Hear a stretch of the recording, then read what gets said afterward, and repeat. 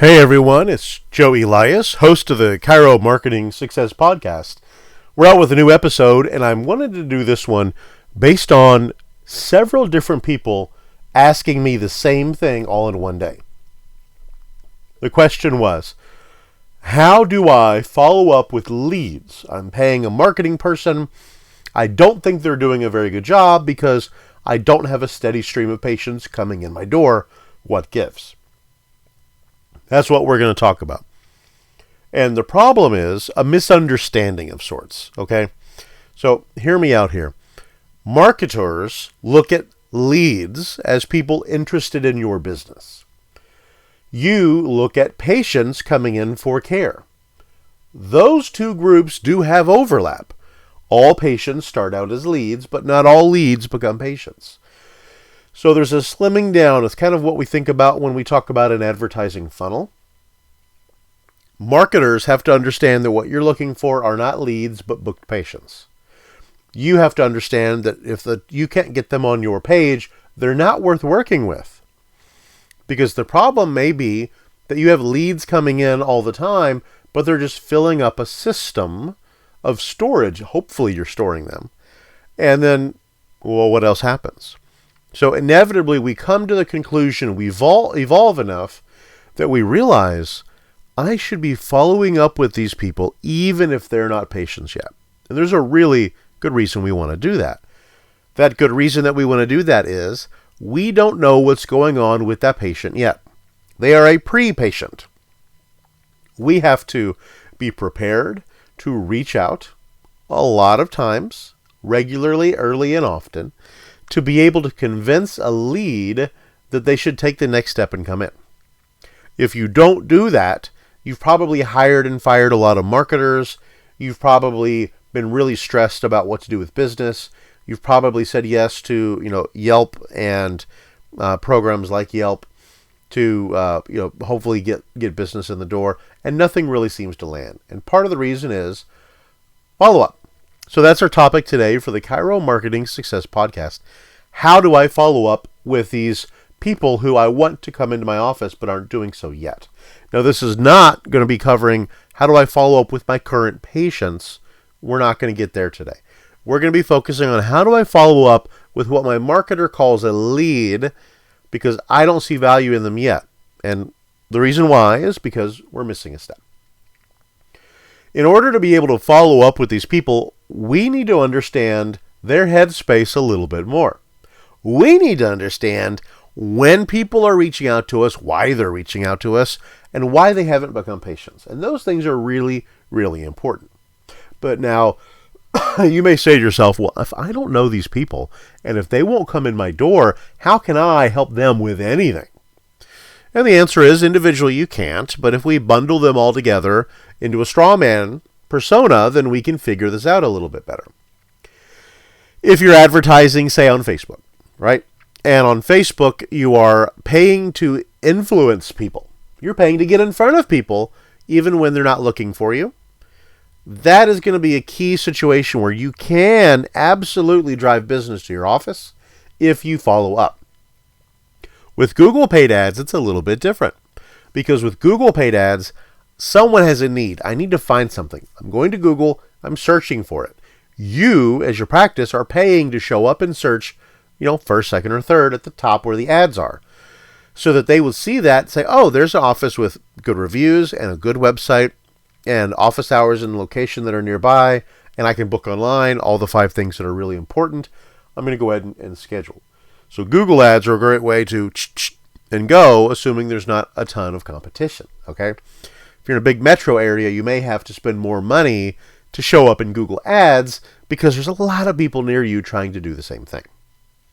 Now, with Facebook ads, we show someone something that makes them say, right? And maybe that's a video review, a patient story, you talking about something, millions of different things, right? And we get them to say, interesting. I don't know what that is, or maybe I want to learn more about that. So they're going to opt in. The problem is the opt-in that we give them is fill out this short form and then book an appointment. But they're probably not ready for that. So you've got to follow up. Now, how do we do it? We follow up by phone, with calls. We follow up by text message to their mobile. We follow up with emails to their inbox. We follow up with social media messages to that direct message box. Lots of different places that we need to follow up in order to make sure that we are getting a hold of these people and bringing them in. How do you follow up? Early and often, okay? Some people tell me, now, Joe, I'm worried that, you're telling me to reach out 10 times in a week? That's way too much. I'll email them once a week and I'll get them. No, you won't. They'll forget about who you are, and now you're just another email in their inbox. I'm going to just as a quick quiz here, I'm going to go to my phone. And I'm going to go hit mail. And I currently have 8,727 unopened messages in my inbox. Now, that is not my work address. That's my personal one. My work address is probably, 145 or so. And that's just because I clear it out every week. I get a lot of email. If you're emailing once a week, you're probably not going to get the results you're looking for. If someone fills out a lead form, if someone shows interest, you need to first assume that they're ready to book right away. I have what's called my Fast 5. That's how I reach out 5 ways in 5 minutes once they express interest. If they fill out a form, if they click on a link, however they express interest, I got 5 tools I reach out in the first 5 minutes, because if I can hook them and book them, now they get to become a patient. But if they're not ready for that, if they don't respond to the link or the email or the text message or the phone call or the direct message follow-up, my Fast 5, if they don't respond to those things, I'm not going to assume they're lost. I'm going to assume they're busy. Right? I browse my Facebook when I'm in line at the grocery store. I browse it when I'm at a really long red light. I browse when I'm waiting for a car pickup for my kids. Getting ready to go do that in about 2 minutes now. So there's a lot of things that I'm doing where I might see an ad, think, and start to engage, then have to back away from it. Okay? I've probably filled out 10 or 15 different bathroom remodeling lead forms, and they all call right away. Like, they'll call 3 times in a day, and then they just disappear. If any of them had followed up at all, I probably would have had one renovating my bathroom already. But I don't, because they don't, so I won't. So how do you do it? Well, I want to tell you about a program that I have in 5-star scale. And it's 3 phases of how I help you grow your practice in a way that is meaningful and attainable and realistic without spending a ton of money on ads right out of the gate. And it's a 3-stage approach. Phase 1, we set the stage. Phase 2, we build the story. And phase 3, we share success. And the very first thing in stage 1 is our automation station. Now, this is an online program that I've developed that makes it really easy to free up your time and automate things. Like the Fast 5 I just mentioned, I automate all of that. So when I have a new office signing up with me, I do a lot of voice stuff, so people like my voice for some reason. So they ask me to do the phone call voicemails. So when someone expresses interest and the phone rings from the office, it's actually my automation station doing the work. It's not a person calling. And it leaves a voicemail right away on their phone. It's a little trick that we've put together so that they get a voicemail. It looks like someone called and left a message. And it's me saying that we just know that they expressed interest. And they get all these other follow-up things that happen, and they're all trackable. And you can monitor them and measure them. And we reach out 5 times in the first 5 minutes, 3 more times throughout the first day, 4 times on the second day, 3 times the third day, and then we move into a long-term nurturing sequence, okay? Because that is going to be a key way to stay top of mind with people, and we produce a lot of content to do that. So when we get back to the question of how, when, and how often do I follow up, it's early, it's often, and it's way more than you'd expect. I would much rather have someone unsubscribe from my messages and know they'll never be interested in being a patient than send them a message once a week that may not make it to their purview, may not get into their field of vision, and have them miss out on something, or even go to a competitor because I'm being meek when I'm reaching out. So follow up early, follow up often, and have an automated system to do this for you. If you don't, come visit me at 5starscale.com.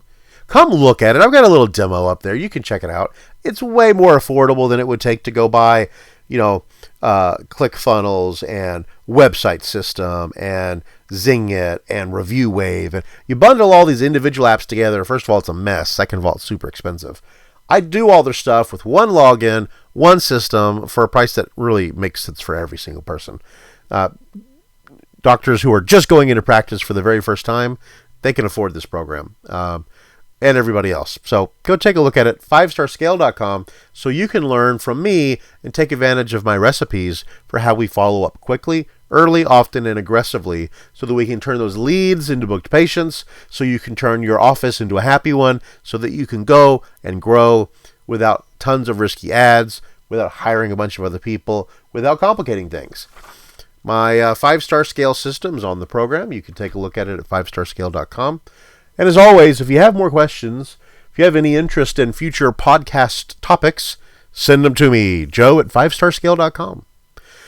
That's all I got for now, friends. I'll talk to you soon. Take care.